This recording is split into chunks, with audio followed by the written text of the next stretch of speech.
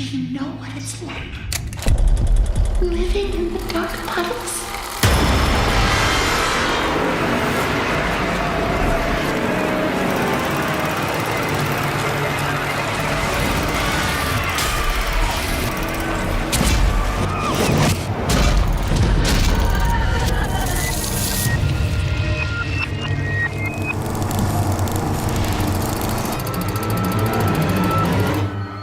He will set us free.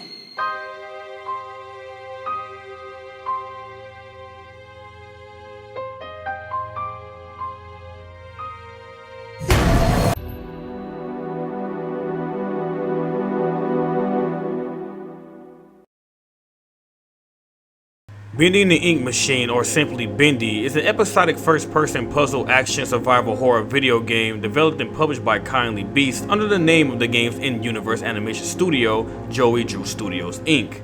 It was initially released to GameJolt on February 10th, 2017 as the first of 5 chapters, with a full release on October 27th, 2018. A console port published by Rooster Teeth Games was released on November 20th, 2018. On December 21st, 2018, a mobile port was released for iOS and Android.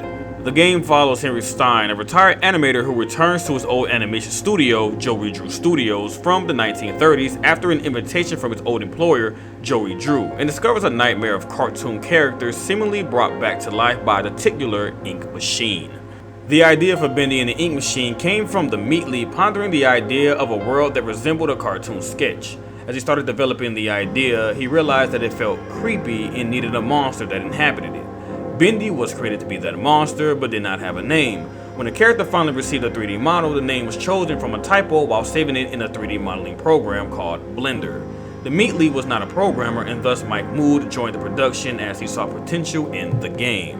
Bendy and the Ink Machine is a survival horror game that features a mixture of puzzle solving, environment exploration, and combat to aid Henry on his journey through Joey Drew Studios.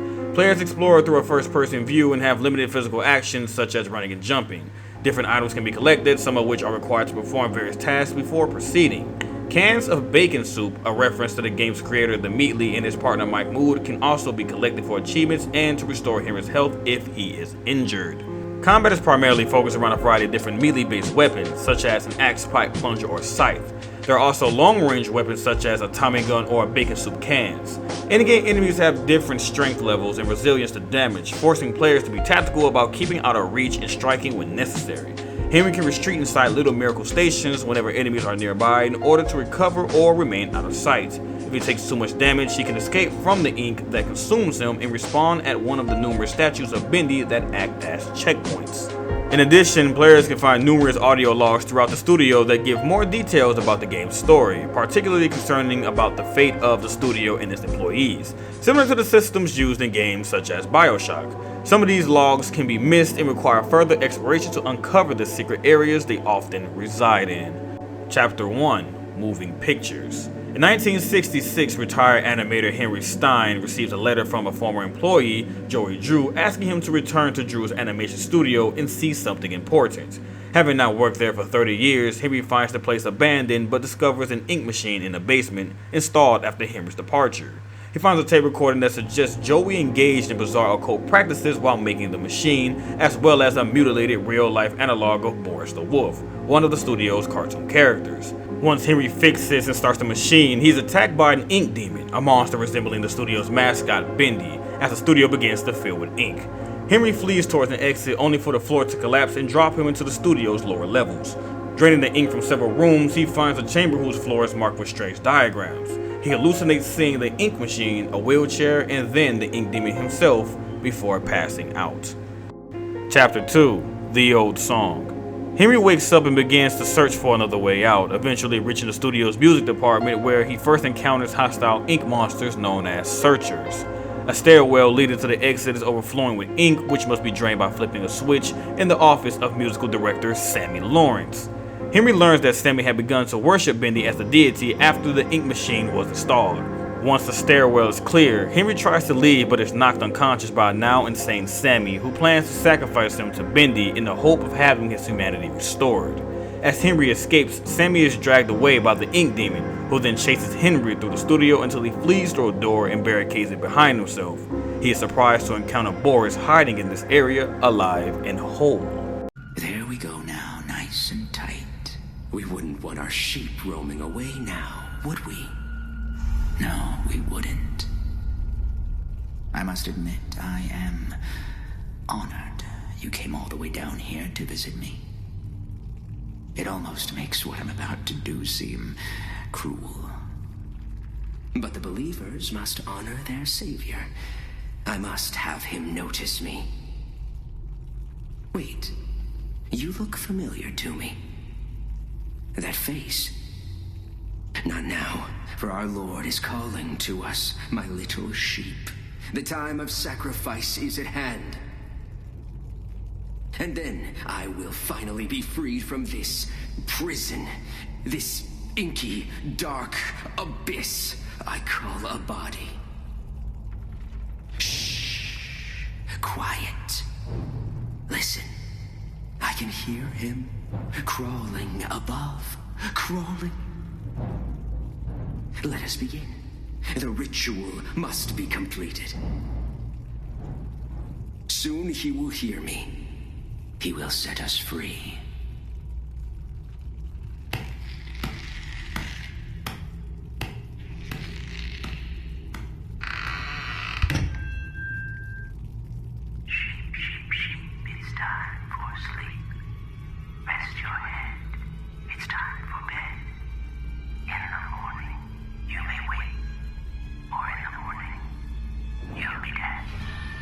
Hear me, Bendy.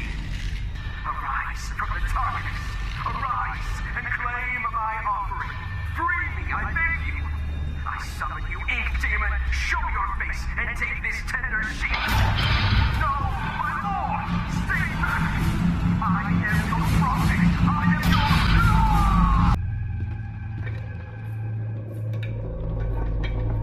Hello? Someone there? I know you're in here. Come out and show yourself.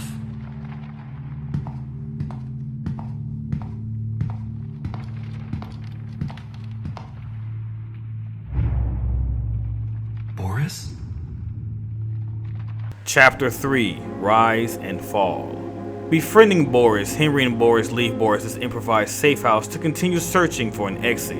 In the studio's toy department, they find another ink creature who is a distorted version of the character Alice Angel. She leads them to her lair and reveals that she has been harvesting the body parts of other characters in an effort to keep herself beautiful. Henry must perform several tasks for Alice in order for her to let him and Boris go free, learning from tape recordings that Alice's original voice actress became bitter when Joey suddenly hired a replacement for her. As Henry carries out Alice's task, he must hide from both Ink Bendy and the Projectionist, an entity of projector operator Norman Polk. Henry completes the task and boards a lift to escape with Boris, but Alice forces it to crash to the bottom of the shaft and suddenly pulls Boris into the darkness, proclaiming that she wants to use him to fix herself.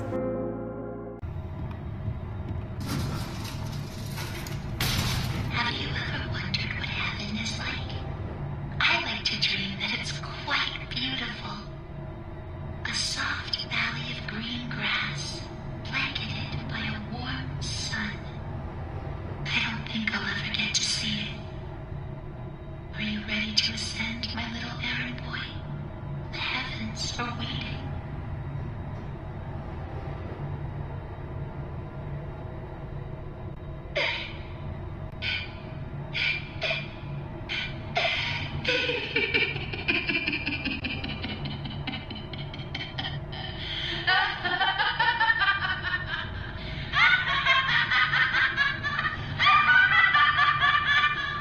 Did you really think I let you steal from me?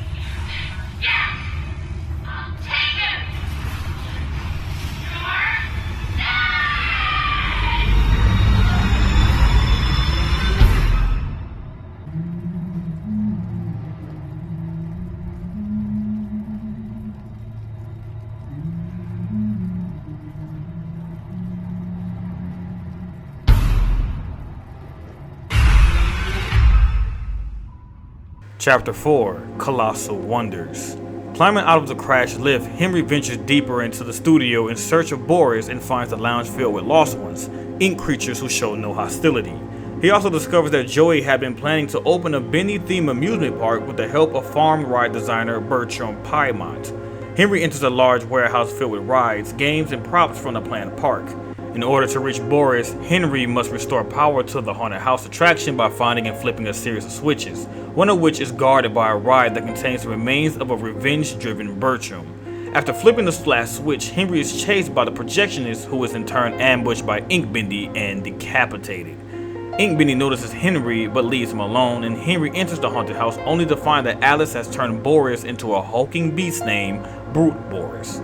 Henry is forced to kill him in self-defense. Alice then tries to kill Henry in rage but is fatally impaled by a machete from behind. The wielder is Allison Angel, a physically intact, insane duplicate of Alice. She is accompanied by Tom, a wolf character similar to Boris.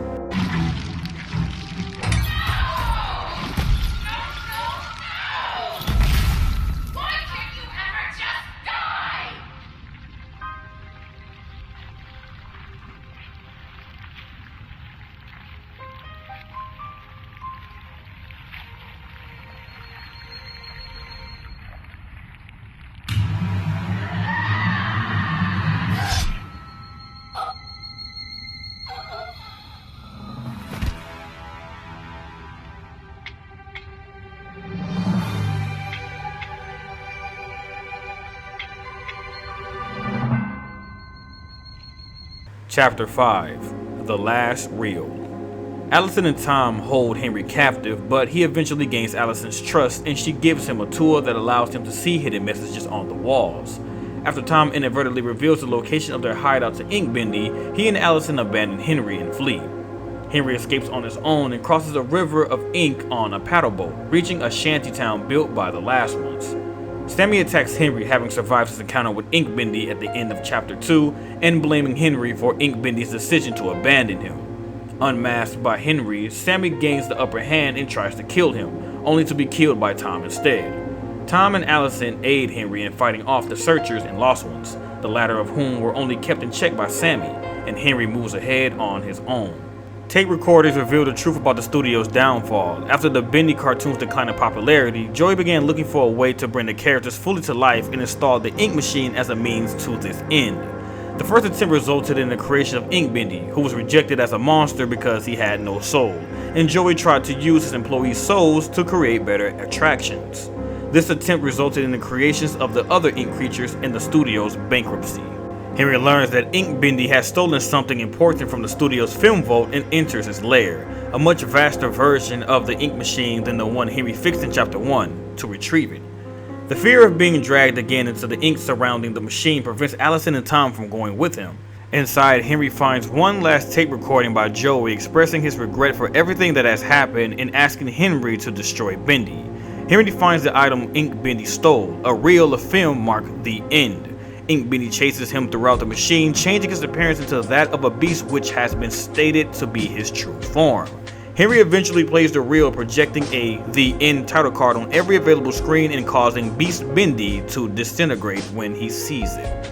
The game suddenly changes to a flashback in the inside of a home, covered in letters and sketches related to characters and events from earlier in the game. Entering the kitchen, Henry finds an elderly Joey waiting to talk to him about the paths they took in their lives. After Joey suggests that Henry should visit the old studio, Henry exits the house and finds himself immediately entering it, repeating his opening lines from Chapter 1.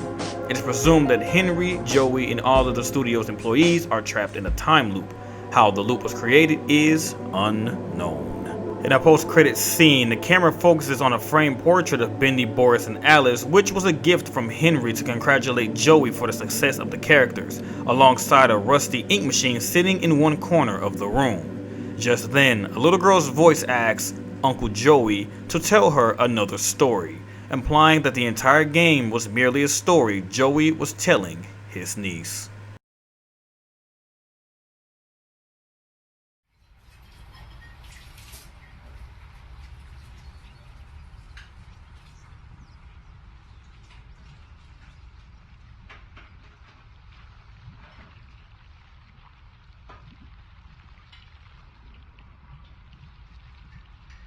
Tell me another one, Uncle Joey.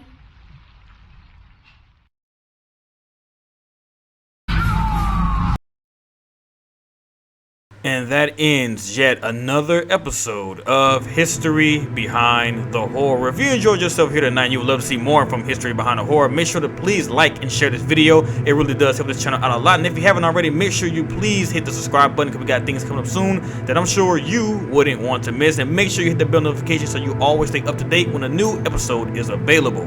That being said, thank you guys so much for tuning into this episode. And as always, if you're not too scared, I will see you on the next episode of History Behind the Horror.